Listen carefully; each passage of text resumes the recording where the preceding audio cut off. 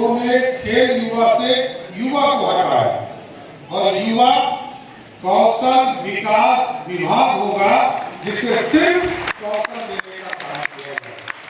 इसलिए मेरी पूरी शुभकामना है और आप लोगों ने जो दो आग्रह किया है मैं जरूर माननीय मुख्यमंत्री जी से बात कर प्रयास करूंगा कि बिहार के नौजवानों को बिहार में रोजगार देने के लिए किसी भी सेक्टर में कोई भी ट्रेनिंग प्लान हो, कोई भी ठेकेदारी का भी काम हो, तो बिहार के नौजवानों को पहली प्राथमिकता देने का काम किया और तभी हमारे लोग सम्मिलित हो पाए। आपकी चिंता जायज है, बाहर के लोग आएंगे वो हम ही के लोगों से ही लोगों से काम करा के चले गए, लेकिन हम बिहार के लोग ज्यादा विकसित कब हो पाएंगे जब काम भी हम ही करेंगे और अपने लोगों को विकसित करने का काम किया जाए। बिहार एक जमाने में बैंकरप्ट स्टेट था और जब मैं पहली बार सदन आया था तो बिहार का बजट 6,000 करोड़ रुपया भी नहीं था और जो रेवेन्यू आता था, राजस्व आता था, उसका 87% हिस्सा आज का जो झारखंड है उस इलाके का और मात्र 13% रेवेन्यू इस बिहार से आता था। आज जब मैं पिछले साल बजट पेश किया था, इस बार तो मुख्यमंत्री जी ने और काम करने के लिए गृह विभाग दे दिया तो थोड़ा कचरा साफ करो बिहार का,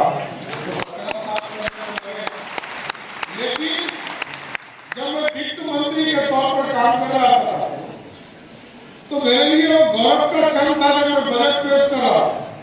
2 बजट पहले पेश किया और 2025 का जब बजट पेश करा उससे 1 घंटा पहले झारखंड में बजट पेश किया, जिस झारखंड में 87% रेवेन्यू राजस्व हुआ करता था उसका बजट 1,40,000 करोड़ का था और मेरा बजट 3,70,000 करोड़ का।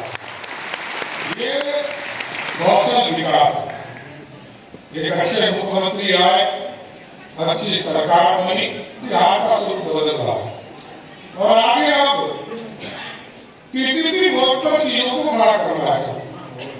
सरकारी धन लगाकर काम तो कोई भी कर सकता है, लेकिन सरकार के चीजों को उपयोग करके जनता के बीच से सहयोग लेकर हम खड़ा करने का काम करें। जैसे अभी हम पूरे बिहार में आदरणीय प्रधानमंत्री जी ने कहा, आदरणीय मुख्यमंत्री जी ने कहा कि बिहार का जो गौरवशाली इतिहास था कि चीनी मिल तैयार होता था, अगले 5 वर्षों में 25 चीनी मिल चालू कर रहा है और उसमें 100% हम लोग पीपीपी वोट दे रहे हैं। कोई सरकार नहीं बनाएगी, जनता ही मालिक होगी, जनता का कोऑपरेटिव होगा। 90% राशि हम बैंकों से दिलवाएंगे जिससे कि उनको काम करना आसान होगा। अभी को खड़ा होगा क्या? अभी हम दिल्ली विभाग की बैठक कर रहे थे तो लोगों ने कहा कि हमको हथियार खरीदना है, तो मैंने कहा कि हथियार यदि खरीदना है तो कंपनियों को कहिए कि बिहार में फैक्ट्री भी लगा हुआ।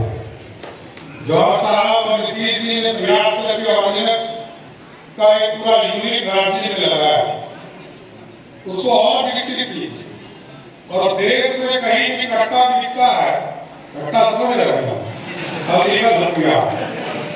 सबसे पहले बिहार का ही चला जाता है और हमारे मुंगेर में तो जब जाइएगा और जब हम छापा बनाते हैं तो दूर दराज हथियार को आता है, क्योंकि वहाँ लोग कौशल युक्त है, क्योंकि वहाँ बंदूक फैक्ट्री हुआ करता है। 88-89 में बंदूक फैक्ट्री बंद हो गई तो जो लोग वहाँ कौशल युक्त है वो हथियार बना रहे और बिहार में जो लोग हैं उसको व्यवस्थित करना है।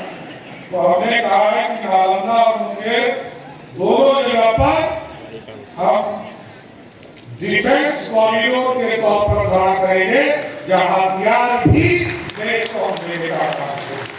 इसलिए साथियों, मैं आग्रह यही करूंगा, निवेदन करूंगा और इस टीम को भी मैं जैसे बधाई देता हूँ कि आप लगातार इसी तरह का प्रयास करते रहिए और अच्छे सुझाव सरकार तक देने का प्रयास कीजिए। आपने जो सुझाव दिया उसको मैं संजमी पर उतारूंगा, इतना जरूर आश्वस्त करता हूँ। माननीय मुख्यमंत्री जी से बात करके उसको आगे बढ़ाऊंगा। लेकिन कौशल ही दुनिया में, आप समझ लीजिए, दुनिया में लोगों की जरूरत है। प्रधानमंत्री जी जिस दुनिया के जिस देश में जाते हैं, मुख्यमंत्री जी को उन्होंने कहा कि ऑस्ट्रेलिया जाता हूँ वहां 1 लाख आदमी मांगे जा रहा, इंग्लैंड जाता हूँ 1 लाख आदमी वहां मांगा जा रहा। जिस भी देश में जाए वो कौशल युक्त लोग चाहते हैं, स्किल्ड लोग चाहते हैं। हम बिहारी थोड़ा एजुकेशन करते हैं, अंग्रेजी हिंदी थोड़ा कम बोलते हैं, तो बाहर थोड़ा कम भी आते हैं, लेकिन दुनिया में डॉलर मांगे जा रहा है साहब।